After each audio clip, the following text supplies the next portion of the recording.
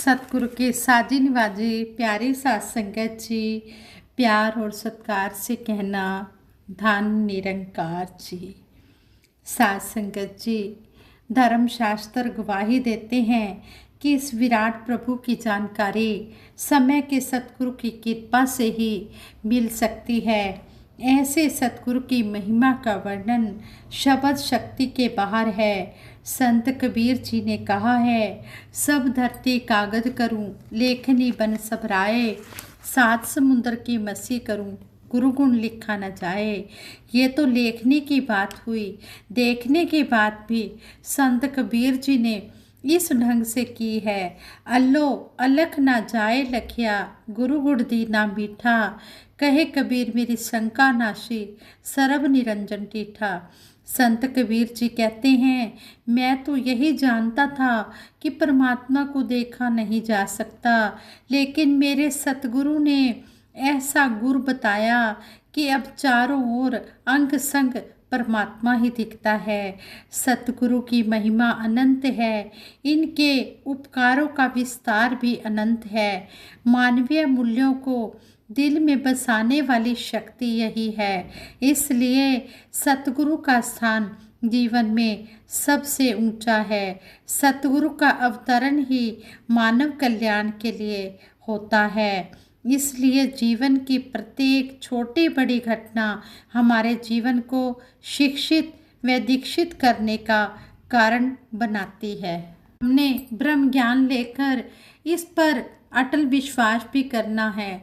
जिस तरह हमें एग्जाम्पल देकर संत महापुरुष समझाते हैं, एक शॉपकीपर डेली सुबह शॉप पर जाता है, हाथ में शॉप की होती है और शॉप का लॉक खोलता है। कोई सज्जन कहता है, भाई आप बेफिक्र होकर शॉप का लॉक खोलते हो, आपको विश्वास है कि यह शॉप आपकी ही है। वह इंसान मुस्कुराकर कहता है, भाई साहब जी मुझे विश्वास ही नहीं बल्कि 100% यकीन है कि यह शॉप मेरी ही है। सारा दिन दुकानदारी करने के बाद जब रात को वह शॉपकीपर सीधा अपने घर वापस जाता है तो फिर वही सज्जन मिलता है और पूछता है, भाई साहब आप सीधे इस घर में जा रहे हैं, आपको विश्वास है कि यह आपका ही घर है। फिर वह मुस्कुराकर शॉपकीपर कहता है, भाई साहब जी मैं पैदा ही इसी घर में हुआ हूँ, विश्वास ही नहीं मुझे बल्कि पूरे भरोसे के साथ कहता हूँ कि यह मकान मेरा ही है। सज्जन पुरुष ने उस शॉपकीपर के इतने विश्वास और भरोसे वाले शब्द सुनकर अपने मन में चिंतन किया कि इंसान झूठ और असत्य को कितने विश्वास के साथ कहता है कि यह मेरा ही है। काश इतना विश्वास यकीन भरोसा हमारा सतगुरु पर भी हो। जिस सतगुरु दातार ने हमें ब्रह्म परमात्मा निराकार सर्वव्यापी बेअंत अखंड अजर अमर अविनाशी परम सत्ता का ज्ञान दिया है, हम भी पूरे विश्वास और प्यार के साथ लोगों से प्रार्थना करके कह सकें कि सतगुरु दातार हमारा है, यह निरंकार भगवान हमारा है। शुक्राने के भावों का इस दिल में हमेशा निवास रहे, श्रद्धा भक्ति विश्वास रहे, मन में आनंद का वास रहे। साथ संगत जी कहते हैं, पुराने समय की बात है, एक राजा ने श्रीमद् भागवत पुराण सुनने का संकल्प राज पुरोहित के सामने रखा। राज पुरोहित ने राजा के श्री मुख से ऐसा संकल्प सुनकर भागवत पुराण की कथा सुनने का बहुत ही बड़ा महात्म बताया। राजा की प्रशंसा करते हुए कहा कि आप एक धार्मिक प्रवृत्ति के राजा हैं, आप ऐसा क्यों नहीं कहेंगे। मैं कल से ही विधिवत श्रीमद् भागवत कथा सुनाना शुरू करूँगा, जिसके सुनने से आपके तीनों ताप दूर हो जाएंगे, आपका आवागमन का चक्कर भी खत्म हो जाएगा और आप मुक्त हो जाएंगे। अगले ही दिन कथा का विधि पूर्वक शुभारंभ हुआ। 1 महीने तक राजा ने श्रीमद् भागवत पुराण की कथा सुनी। कथा समाप्ति पर राजा ने बहुत सी दान दक्षिणा द्वारा राज पुरोहित व ब्राह्मणों को खुश किया, परंतु राजा के मन पर इसका कोई प्रभाव नहीं हुआ। राजा ने फिर कथा का श्री गणेश पुरोहित द्वारा करवाया। कहते हैं कि जब तक मुक्ति का एहसास जिज्ञासु के जीवन में होता नहीं है, उसे समझ ही नहीं आता, तब तक उसका जीवन सहज हो ही नहीं सकता। जिस प्रकार चिकने घड़े पर जल की बूंद नहीं टिकती, ऐसे ही राजा पर भी कोई प्रभाव नहीं हो रहा था। राजा को चिंता में देखकर राजपुरोहित ने तीसरी बार फिर से कथा सुनने का परामर्श दिया। राजा ने गुस्से में आकर राजपुरोहित से कहा, अच्छी बात है, आप कल से कथा सुनाना शुरू करें, लेकिन कथा शुरू कर दें, लेकिन इस बार भी अगर कोई प्रभाव नहीं हुआ, मुक्ति प्राप्त नहीं हुई, तो तुम्हें मृत्यु दंड दिया जाएगा। घर आते ही राजपुरोहित चिंता व डर के कारण बीमार हो गया। अपने पिता की ऐसी दशा देखकर उसकी बेटी ने पिता से इसका कारण जानना चाहा कि पिताजी आप परेशान क्यों हैं। पिता ने संक्षेप में सारी बात कह सुनाई। पिता की बात सुनकर बेटी राजा के सामने उपस्थित हो गई। वह इस प्रॉब्लम को सॉल्व करने के लिए उसने अगले दिन राजा को जंगल में चलने की प्रार्थना की। राजा ने इस प्रार्थना को खुशी खुशी स्वीकार कर लिया। योजना के अनुसार राजा, राजपुरोहित व पुरोहित की बेटी तीनों जंगल में चले गए। लड़की ने राजा व पिता दोनों को थोड़ी थोड़ी दूरी पर एक पेड़ से बांध दिया। दोनों अलग अलग पेड़ से बंधे एक दूसरे की बातें सुन सकते थे। तब लड़की ने राजा से कहा कि आप मेरे पिताजी को खोल दें। राजा कहने लगा, बेटी यह कैसे संभव है, जबकि मैं स्वयं बंधन में हूँ। लड़की ने कहा, आप राजा होकर मेरे पिता को बंधन मुक्त नहीं कर सकते, तब मेरे पिता आपके बंधनों को कैसे खोल सकते हैं। राजा ने कहा, निसंदेह मैं नहीं खोल सकता। तब लड़की ने कहा, राजा साहब, ठीक इसी प्रकार जब मेरे पिता स्वयं ही मुक्त नहीं हैं, तो आपको ये कैसे मुक्त कर सकते हैं। स्वयं मुक्त ही अन्य को, दूसरे को बंधन रहित कर सकता है, ऐसा प्रकृति का विधान है। लड़की की ऐसी बातें सुनकर राजा को समझ आ गई। उसे अपनी भूल का एहसास हुआ। लड़की ने फिर कहा कि जीवन का उद्धार कथा सुनने व पढ़ने में नहीं, बल्कि उसमें लिखे हुए कर्म में है। ऐसी मुक्त आत्मा बन पाना साकार सतगुरु की शरण में आने से ही संभव है।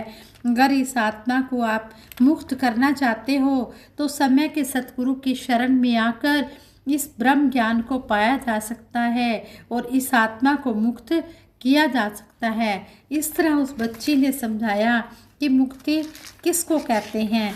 इस तरह कहते हैं कि उस राजा को समझ आ गई कि जब तक समय का सतगुरु जीवन में नहीं आता, तो ये मुक्ति भी प्राप्त नहीं हो सकती। कहते हैं जो ब्रह्मज्ञानी होते हैं वो हर हाल में खुश रहते हैं। ब्रह्मज्ञानी खुश तभी रहते हैं जब उन्हें सतगुरु की शरण में आकर ये ब्रह्म ज्ञान की समझ आ जाती है। वो इस अपार शक्ति के साथ जुड़ जाते हैं, इस विशाल प्रभु के साथ अपना नाता जोड़ लेते हैं। ब्रह्म ज्ञानी फिर निरंकार की रजा में रहते हैं, प्रभु इच्छा को शुभ मानते हैं और हर हाल में खुशी महसूस करते हैं। ये सबका आदर मान करते हैं, किसी से छल कपट नहीं करते हैं। ये प्यार, नम्रता, सहनशीलता के एग्जाम्पल होते हैं। ब्रह्मज्ञानी संसार के सभी बंधनों से मुक्त होते हैं। ये स्थानों या समय के बंधन में नहीं होते। इनके लिए हर स्थान हर समय अच्छा है, क्योंकि ये हर स्थान पर हर समय निरंकार ब्रह्म को अपने अंग संग देखते हैं और इसकी पूजा करते हैं। मुक्त अवस्था में रहते हुए ब्रह्मज्ञानी हमेशा इस निरंकार दातार का यश करते हैं। इसलिए कहा है ब्रह्मज्ञानी का सगल आकार ब्रह्मज्ञानी आप निरंकार। कहते हैं कि जो ब्रह्मज्ञानी होता है वो इस ब्रह्म ज्ञान को पाकर वो निरंकार का ही रूप बन जाता है। फिर निरंकार में और गुरसिक ब्रह्मज्ञानी में कोई फर्क नहीं रह जाता है। इस तरह सच्चे पातशाह समझा रहे हैं। ऐसे ही दासी एक छोटी सी स्टोरी भी आप जी के चरणों में शेयर करेगी। कहते हैं कि जिस तरह हम ब्रह्म ज्ञान पाकर उसके अनुसार कर्म करने लगते हैं तो फिर ज्ञान के अनुसार कर्म होने लग जाते हैं तो सतगुरु बहुत खुश होता है। आज सतगुरु यही सिखा रहा है कि हमने अपने कर्म पर ज़्यादा से ज़्यादा जोर देना है। इसी तरह ये एक संसारिक ही स्टोरी है। इससे भी हमें यही सीखने को मिला है कि जो हम बोल रहे हैं उन पर हमने कर्म में चलना भी है, उनको कर्म में इम्प्लीमेंट भी करना है। कहते हैं कि अमेरिका के राष्ट्रपति आइजनहावर जब ये राष्ट्रपति बने तो इनकी खुशी का ठिकाना नहीं रहा। लोगों की बधाइयाँ मिलने लगी। कई लोग इनसे मिलने आए, कई लोगों ने इन्हें मैसेज गिफ्ट भी भेजे। वह जो राष्ट्रपति था उन तमाम प्राप्त गिफ्ट को देखने बैठे। उनके बीच एक झाड़ू भी गिफ्ट में आई जिसके साथ एक लिफाफा लगा हुआ था। आइजनहावर ने झाड़ू वाला गिफ्ट अपने ऑफिस में भिजवा दिया और ऐसी जगह रखा गया जहां से राष्ट्रपति की हमेशा नज़र पड़ती रहे। इससे जब कोई व्यक्ति उनके रूम में उनसे मिलने के लिए आता तो झाड़ू को ऑफिस में इस तरह सामने सजा हुआ देखकर वह हैरान रह जाता और लेकिन किसी की पूछने की हिम्मत नहीं होती थी। एक बार किसी और देश के राष्ट्रपति अमेरिका के गेस्ट बनकर आए। उनकी नज़र भी बार बार उस झाड़ू पर जा रही थी। उनकी मनोदशा को देखते हुए अमेरिका के राष्ट्रपति आइजनहावर ने खुद ही मुस्कुराते हुए कहा कि आप इस झाड़ू को देखते हैं और फिर मेरी तरफ देखते हैं। आपकी आंखों से ऐसा लग रहा है, आपके मन में जिज्ञासा उठ रही है कि राष्ट्रपति भवन के शोकेस में यह झाड़ू क्यों रखा है। असल में जब मैं राष्ट्रपति बनकर आया तब लोगों ने बहुत सारी सौगातें दी, उन्हीं में से झाड़ू भी मुझे मिला था। इसके साथ एक लेटर भी थी जिसमें लिखा था, आप चुनाव के दिनों में कहते थे मैं भ्रष्टाचार और गंदगी साफ करूंगा, इसलिए आपको यह गिफ्ट के रूप में झाड़ू भेज रहा हूँ ताकि आप में सफाई करने की याद बनी रहे। मुझे और सौगातों ने इतना प्रभावित नहीं किया जितना इस झाड़ू ने मुझे प्रभावित किया है। यही वजह है कि इसे मैंने ऐसी जगह रखा है ताकि मेरी नज़र हर रोज़ इस पर पड़ती रहे और मैं अपना वायदा कभी ना भूलूं।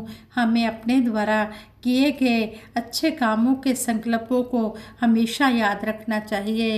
इसी तरह हमें वक़्त के सतगुरु भी हर युग में जितने भी गुरु पीर पैगंबर हुए, चाहे त्रेता युग, सतयुग, द्वापर, कलयुग, हर युग में ही सतगुरु ने यही सिखाया है कि हमने अच्छे ही कर्म करते चले जाना है। हमने कभी भी किसी के साथ धोखा, छल, कपट नहीं करना है। हमने कभी भी अपने वायदे से नहीं मुकरना है। जो प्रॉमिस हमने किया है उसको पूरा करना है। जिस तरह हमने ब्रह्म ज्ञान लेते हुए ये जो 5 प्रण हमें सतगुरु ने दिए हैं, ये हमने प्रॉमिस किया है। अगर हम इन पर सही मायनों में चल रहे हैं फिर तो हम ज्ञान पाने के बिल्कुल हकदार हैं। और अगर हमने ज्ञान लेकर इन बातों को, इन 5 प्रणों को अपने जीवन में नहीं अपनाया है तो फिर हमारी मुक्ति कभी भी हो नहीं सकती है। अगर हम मुक्ति को पाना चाहते हैं तो ज्ञान के अनुसार हमने अपना जीवन भी जीना है। मुक्ति का हकदार वही है। ज्ञान को जो जन जीता है, जो ज्ञान के अनुसार कर्म करता है, कहे हर देव विष को तजकर नाम का अमृत पीता है।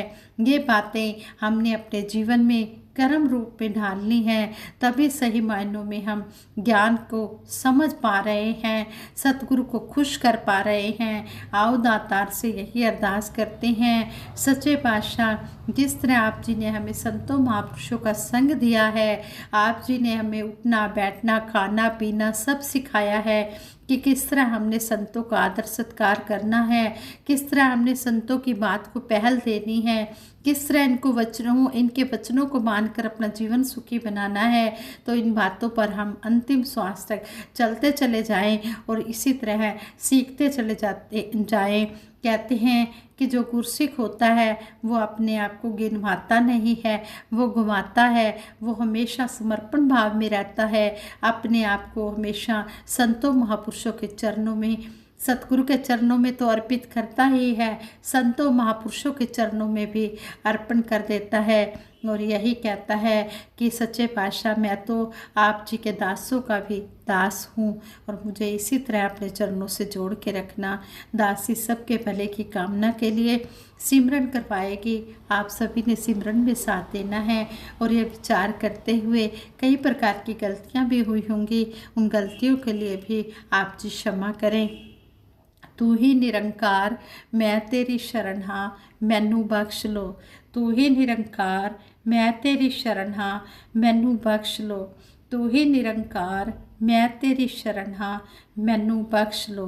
बोलिए सतगुरु माता सुदीक्षा सविंदर हरदेव जी महाराज की जय। निरंकारी राजमाता गुरु वचन अवतार की जय। आज संगत जी प्रेम से कहना धन निरंकार जी।